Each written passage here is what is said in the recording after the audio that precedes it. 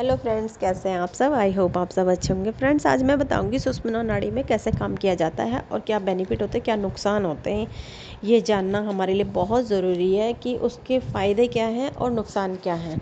सुषुम्ना के फ़ायदे कौन उठा पाता है और नुकसान कौन झेलता है, ये सब बातें मैं आपको बताऊंगी। ठीक है, हमारे शरीर में 72,000 नाड़ियाँ हैं, ये सभी को मालूम है। 3 नाड़ियाँ बहुत मुख्य हैं जिनके द्वारा ही 72,000 नाड़ियों में ऊर्जा प्रभावित होती है। ठीक है, जब हम सूर्य नाड़ी से सांस लेते हैं तब हमारे प्राण शक्ति बढ़ती है, और जब हम चंद्र नाड़ी से सांस लेते हैं तब हमारी मन की शक्ति बढ़ती है। ठीक है फ्रेंड्स, जब हम सुषुम्ना से सांस लेते हैं, यानी कि हमारी दोनों नोस्ट्रल चल रही होती है, बाईं भी और दाहिनी भी, यानी कि चंद्र नाड़ी भी चल रही है, सूर्य नाड़ी भी चल रही है, तब सुषुम्ना चलने लगती है। जब दोनों चल रही होती है तो उसे सुषुम्ना कहा जाता है। तो सुषुम्ना नाड़ी जब हमारी काम कर रही होती है, यानी कि सुषुम्ना में ऊर्जा प्रभावित होती है, तब हम आत्मा हमारी ज़्यादा ताकतवर हो जाती है। यानी कि दोनों नाड़ियों की ऊर्जा जाती है सुषुम्ना में, तो वो ज़्यादा ताकतवर हो जाती है, शक्तिशाली हो जाती है। चंद्र नाड़ी चल रही है तब हमें अपने स्थिर कार्य करने चाहिए। स्थिर कार्य कौन से होते हैं? जो हमें लंबे टाइम तक चाहिए होते हैं, जिनसे हमें खुशी मिलती है, जो हमारे लिए अच्छे हैं। जैसे कि हम प्रॉपर्टी खरीद लें तो वो चंद्र नाड़ी में करें। ठीक है, अब जो हमारे डेली रूटीन के कार्य हैं, जो हमें तुरंत समाप्त करने हैं, जो अस्थाई हैं, अस्थाई नहीं हैं, जो कठोर कार्य हैं, जो बहुत जल्दी हमें समाप्त करने होते हैं, कठोर मतलब थोड़ी दिक्कत वाले जो कार्य हैं, है ना, तो उन्हें हमें जल्दी समाप्त करना होता है। तो जल्दी समाप्त क्या क्या कर सकते हैं हम? जैसे किसी को बीमारी है, वो जल्दी समाप्त करना है, किसी को दर्द हो रहा है, उसको जल्दी समाप्त करना है, कोई भी घरेलू कार्य जो जल्दी समाप्त करना है, कोई भी ऐसा कार्य है जो आपको तकलीफ़ देता है, दर्द देता है, वो जल्दी समाप्त करना होता है। कोई भी कोर्ट केस इस टाइप का कार्य होता है, उसको जल्दी समाप्त करना चाहता है हर कोई, जल्दी ख़त्म हो जाए ये कहानी, बार बार इस चीज़ में ना फंसे। तो सूर्य नाड़ी जब चल रही होती है तभी ये काम करना चाहिए, ताकि ये जल्दी समाप्त हो जाए। ठीक है फ्रेंड्स, इन चीज़ों का नॉलेज होना बहुत ज़रूरी है। इसी से क्या होता है, हमारी चीज़ें ठीक होती हैं। अच्छा, जो भी कार्य हम करते हैं, जैसे कि जीवन में आजकल सभी जगह नकारात्मकता की बढ़ी नकारात्मकता बढ़ी है काफ़ी। जैसे लोगों को आध्यात्मिक ज्ञान हुआ तो नकारात्मकता का भी ज्ञान हुआ है। इंसान अपने आप ही उल्टा सीधा सोच सोच के नकारात्मकता बढ़ाता रहता है जीवन में। और कई बार बाहर से भी आती है नकारात्मकता। बहुत अच्छे बुरे लोग किस तरह के होते हैं, तो नकारात्मकता यानी कि निगेटिविटी को जब हमें अपने जीवन से, अपने घर से नकारात्मकता हटानी है, तो हम उसके लिए जो भी उपाय करेंगे, माना कि हमें घर में गूगल जलाना है या लोबान जला के धुआं करना है, जो भी करना, नकारात्मकता हटानी है अपने जीवन से, तो हमें ऐसा कुछ करना होगा कि जल्दी समाप्त हो जाए नकारात्मकता। ठीक है, तो हमें, माना कि हमें हनुमान जी का ही कोई मंत्र पढ़ना है या हनुमान चालीसा पढ़नी है, तो हमें क्या करना है? तो हम इसे सूर्य नाड़ी के समय करेंगे, क्योंकि सूर्य नाड़ी कब हम यूज़ करते हैं? जब हमें चीज़ों को जल्दी समाप्त करना होता है। हमें कोई भी नकारात्मकता मंत्र को अगर सिद्ध करना है, तो हमें सूर्य नाड़ी के टाइम पे उसे शुरू करना चाहिए। ठीक है फ्रेंड्स, तो इससे बहुत बेनिफिट होते हैं, जल्दी सिद्ध हो जाती है ना। क्योंकि सूर्य स्वर में प्राण ऊर्जा की बढ़ोतरी रहती है, प्राण ऊर्जा ज़्यादा प्रबल रहती है उस समय, तो इसलिए वो जल्दी सिद्ध भी हो जाता है और नकारात्मकता समाप्त करने के लिए बहुत अच्छा चलता है। फिर इसको सूर्य नाड़ी जब चल रही होती तभी इसको यूज़ करें, और उस समय इससे नकारात्मकता समाप्त हो जाएगी। ठीक है, सूर्य स्वर में किए जाएंगे जो भी कार्य, वो सूर्य स्वर में किए गए जो भी कार्य हैं वो जल्दी समाप्त होते हैं। वो किसी भी तरह के कार्य हों, वो जल्दी समाप्त करने वाले कार्य को ही कर सकते हैं। यानी कि अस्थायी रूप से जो कार्य होते हैं, जो अस्थायी नहीं होते, वही किए जा सकते हैं। ठीक है, जो भी मन से संबंधित कार्य होते हैं, मानसिक, वो चंद्र स्वर में किए जाते हैं। ठीक है, अब सुषुम्ना नाड़ी के बारे में जानते हैं। जब सुषुम्ना चल रही होती है, उस वक्त हम, मतलब हमारे दोनों नाकों से जब सांस आ रही, एक साथ आ रही होती है, तो उसे क्या कहते हैं? उसे सुषुम्ना कहते हैं। तो सुषुम्ना का काम क्या है? आध्यात्मिकता की ऊर्जा, आध्यात्मिक ऊर्जा को बढ़ोतरी देना। यानी जब हमारी दोनों नोस्ट्रल से सांस चलेंगी तो हमारे पास डबल ऊर्जा आएगी, मतलब प्राण ऊर्जा भी और मन की ऊर्जा भी इकट्ठी होकर आध्यात्मिक ऊर्जा बढ़ जाएगी। ठीक है, तब हमारा मन भी कमज़ोर रहेगा, प्राण ऊर्जा भी कमज़ोर रहेगी, तो बढ़ेगा क्या, डबल क्या होगा, सुषुम्ना। तो अगर आप अच्छा अभ्यास करते हैं तो आपकी सोचने मात्र से ही आपकी जो चाहो वो नाड़ी चल सकती है। जब आपको बहुत अच्छा अभ्यास हो जाएगा तो आप अपने मन में भी अगर सोचेंगे कि मेरी चंद्र नाड़ी चलनी चाहिए तो वो चलने लग जाएगी। अगर आप मन में ही सोचेंगे मेरी सूर्य नाड़ी चलने लग जाए तो वो चलने लग जाएगी। इतनी शक्ति आ जाती है फ्रेंड्स बात बात में, है ना, जब आप बहुत अच्छी प्रैक्टिस करते हैं। तो अब हम क्या देखेंगे, अब जब आप चंद्र चलता है तो मन प्रबल होता है, और जब सूर्य चलता है तो प्राण प्रबल होता है। सुषुम्ना चलने पर आत्मा, यानी आत्मा को ब्रह्मांडीय शक्ति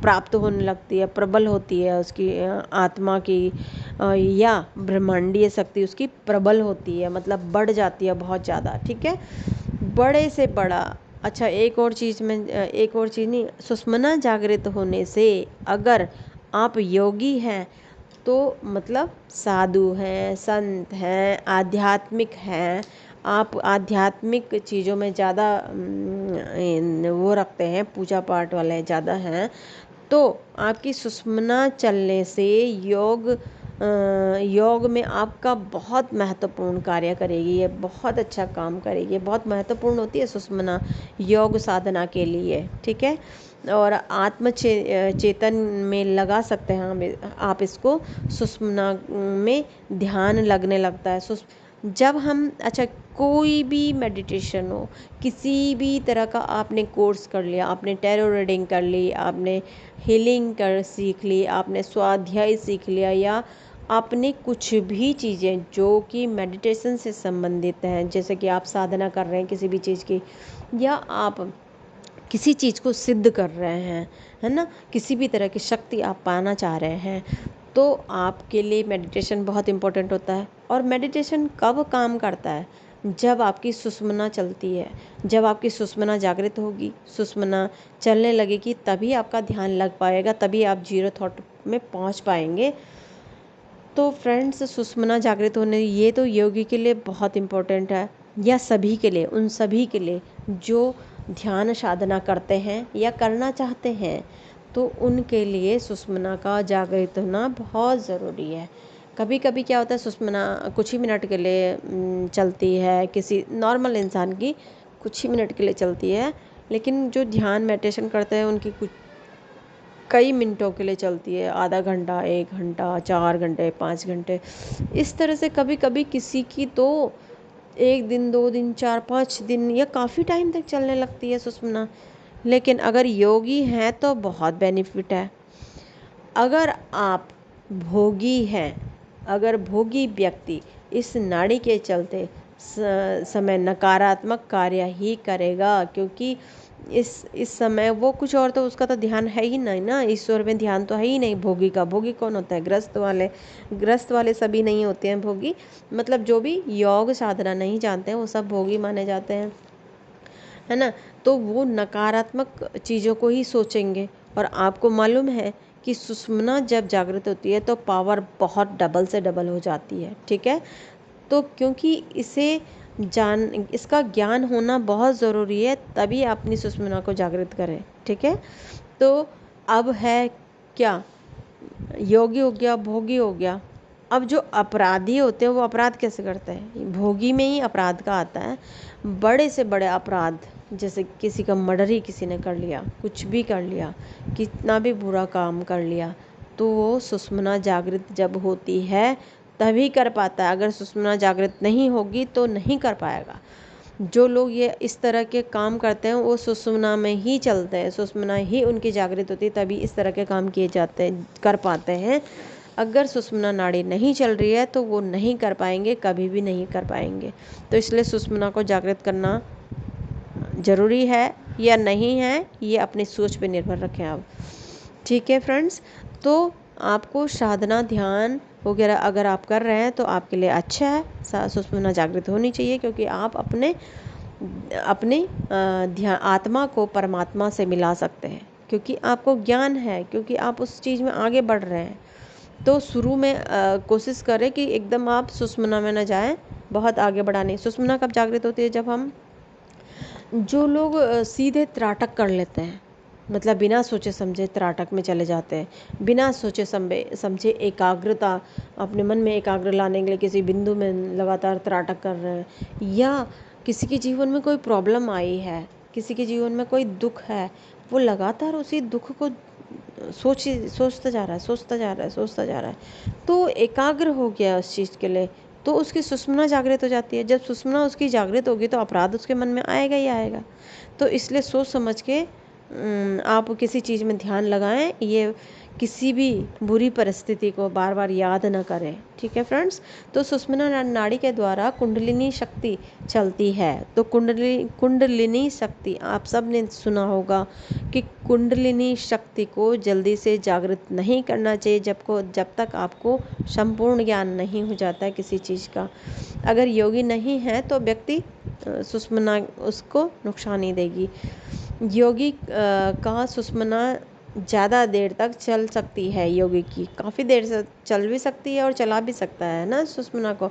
अगर सुषुम्ना लंबे समय तक चल रही है तो प्रकृति का आशीर्वाद आप पर है, इस समय आप ध्यान की अवस्था में जा सकते हैं।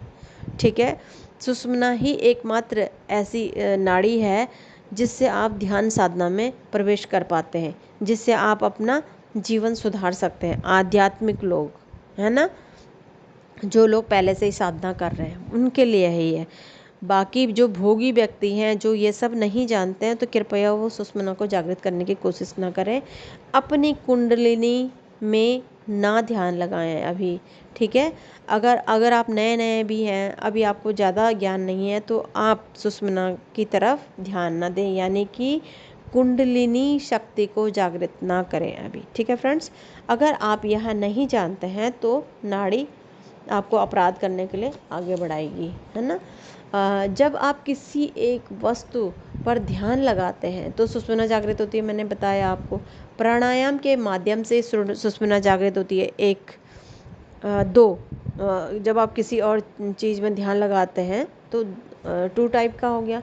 अगर चारों तरफ संसार को अलग करके आप उस एक काम को फोकस करते हैं तो भी आपकी सुषुम्ना जागृत हो जाती है। वो एक काम कुछ भी हो सकता है। ठीक है फ्रेंड्स। अच्छा, सुषुम्ना नाड़ी एक बेलगाम घोड़े की तरह है। इस बात को आप बहुत ध्यान से सुने।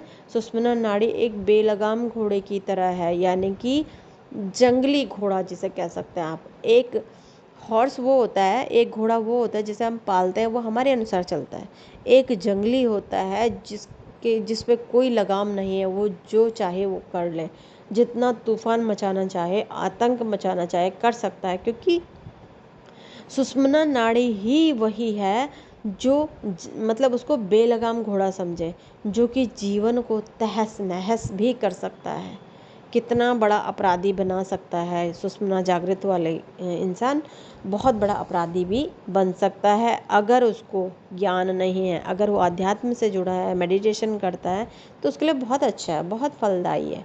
ठीक है, तो कुंडलिनी जागृत करना यानी सुषुम्ना नाड़ी में काम करना अभी बंद कर दें।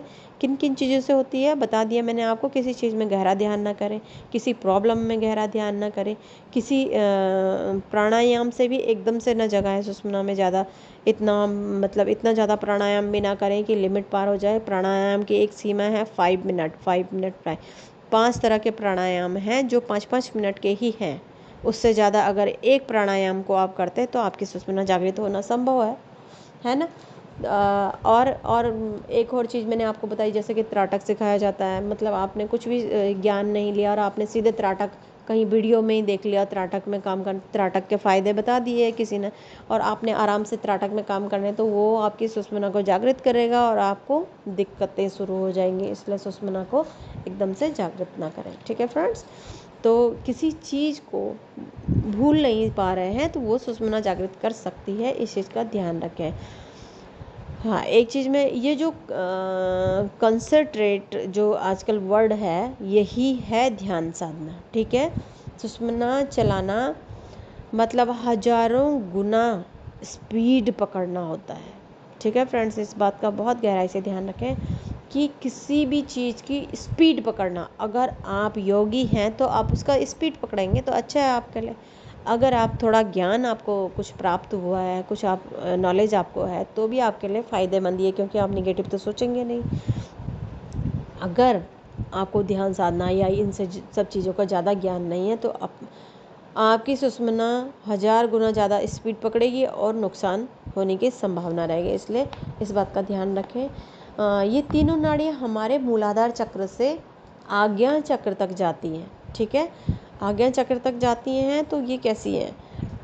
ये किसी भी चीज़ में आपको देख लिया होगा आपने, सुषुम्ना और ईड़ा और पिंगला जो नाड़ी है, सुषुम्ना सीधी रेखा है। ठीक है, एकदम सीधी है सुषुम्ना नाड़ी मूलाधार चक्र से आज्ञा चक्र तक, यानी कि मेरुदंड से होते हुए मूलाधार चक्र से आज्ञा चक्र तक एकदम सीधी है। और ईड़ा और पिंगला नाड़ी घूमती हुई है, जैसे कि सांप की तरह घूमती हुई, और आज्ञा चक्र में दोनों साइड से 2 फन है। इस तरह से ईड़ा और पिंगला नाड़ी है।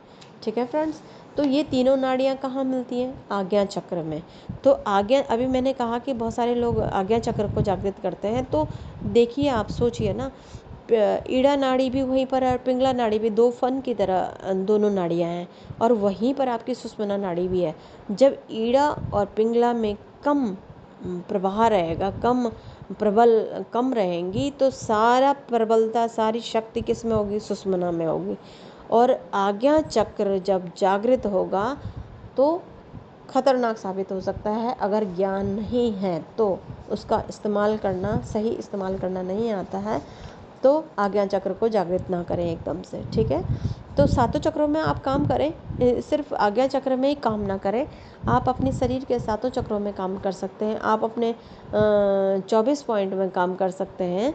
अपने शरीर को मेडिटेशन में आपके सातों चक्र आपके शरीर के सभी पॉइंट से हील होते हैं। इस तरह का कुछ मेडिटेशन करें, इस तरह का कुछ काम करें, ना कि किसी एक ही चक्र। मैंने पहले भी वीडियो डाले हैं कुछ, जिसमें आप एक ही चक्र को जागृत ना करें, क्योंकि शुरू में वो बेनिफिट देगा। आप हद से ज़्यादा टाइम एक ही चक्र में लगाएंगे, 4 महीने, 6 महीने, साल भर लगाएंगे, तो वो ओवर रिएक्ट करने लगे, उसके विपरीत परिणाम आपको मिलने लगते हैं। इसलिए आप सातों चक्रों को या 24 पॉइंट हीलिंग हर रोज़ करेंगे तो शरीर पूरी तरह से बैलेंस रहेगा, सारे चक्र आपके बैलेंस में रहेंगे, कोई एक ओवर एक्टिव नहीं होगा। ठीक है फ्रेंड्स। अच्छा, सुषुम्ना नाड़ी के बारे में हम बता रहे थे। सुषुम्ना नाड़ी बिल्कुल सीधी मेरुदंड से मूलाधार चक्र से होते हुए आज्ञा चक्र तक जाती है। ठीक है, जब यह सक्रिय हो जाती है तो 10 से 20% वहाँ से ऊर्जा सुषुम्ना के माध्यम से आज्ञा चक्र तक जाती है। ठीक है, तब 100 से ज़्यादा ताकत बढ़ जाती है सुषुम्ना में। ठीक है, ये तो थी उसकी शक्ति के बारे में, बढ़ जाती है। और आत्मा और परमात्मा में भेद नहीं रहता है। अगर आप योगी हैं तो आप आत्मा और परमात्मा में फिर कोई भेद नहीं समझेंगे। अगर आपकी सुषुम्ना जागृत हो गई है तो उस घटना के आप साक्षी होते हैं। जिस भी ईश्वर को आप मानते हैं, वो आप उनके दर्शन अपने सामने पा लेते हैं, उनके दर्शन आप कर पाते हैं, उनके दर्शन आप अपने शरीर के अंदर प्राप्त कर लेते हैं। कुछ भी ऐसी ईश्वरीय शक्ति आपको नज़र आने लगती है जब आपकी आत्मा से परमात्मा का मिलन होता है। ठीक है, अगर आप तैयार नहीं हैं उस समय के लिए, तब गलत रास्ते पे भी चल पड़ सकते हैं। इसलिए पहले इसका ज्ञान लें, उसके बाद इसमें काम करें। ठीक है, तो सुषुम्ना के बारे में कुछ अच्छाई कुछ बुराई, मतलब क्या होता है सुषुम्ना, क्या फ़ायदा होता है, क्या नुकसान होता है, इस चीज़ का मैंने आपको बताया। इसलिए सोच समझ के सुषुम्ना में काम करें। अगर आप आध्यात्म में आगे बढ़ना चाहते हैं तो सुषुम्ना आपको बहुत फ़ायदा देगी। एक और चीज़, हाँ, काम के बारे में हम बता रहे थे कि स्थिरता, चंद्र नाड़ी और सूर्य नाड़ी, ये तो मैंने बता दिया था आपको। अब जब हम कोई काम करने जा रहे हैं और हमारी सुषुम्ना नाड़ी चल रही है, तो उस वक्त हम कोई भी काम शुरू ना करें, कोई काम करें ही नहीं। उस समय हम ध्यान में बैठ जाएं, ईश्वरीय ध्यान में, तो वो हमें बहुत फ़ायदा देगा।